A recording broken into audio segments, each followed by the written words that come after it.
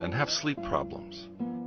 Sometimes I'd sleep like only 3 hours a night because I couldn't sleep for weeks, but most of the time the opposite happened, where I would sleep 10, 12, 15 hours a day even.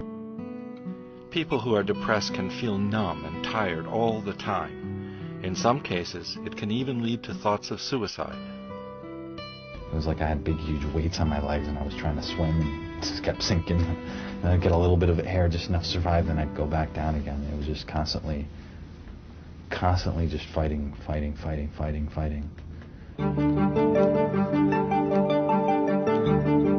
Depression is a real and complex illness that is not yet completely understood. We do know that the brains of people with depression are different from those without the illness, but we aren't sure why.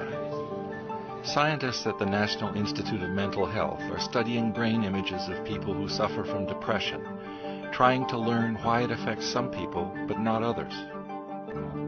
Treatments for depression do work. One type of effective psychotherapy is called cognitive behavioral therapy, or CBT. CBT can help you change ways of thinking and behaving that may be damaging or contribute to depression. I had one really good therapist, and through her I think I started really thinking about that I did have depression. Medications called antidepressants can also help.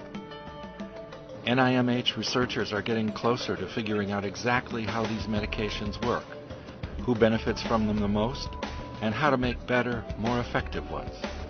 For many people, a combination of medication and psychotherapy may be the best choice.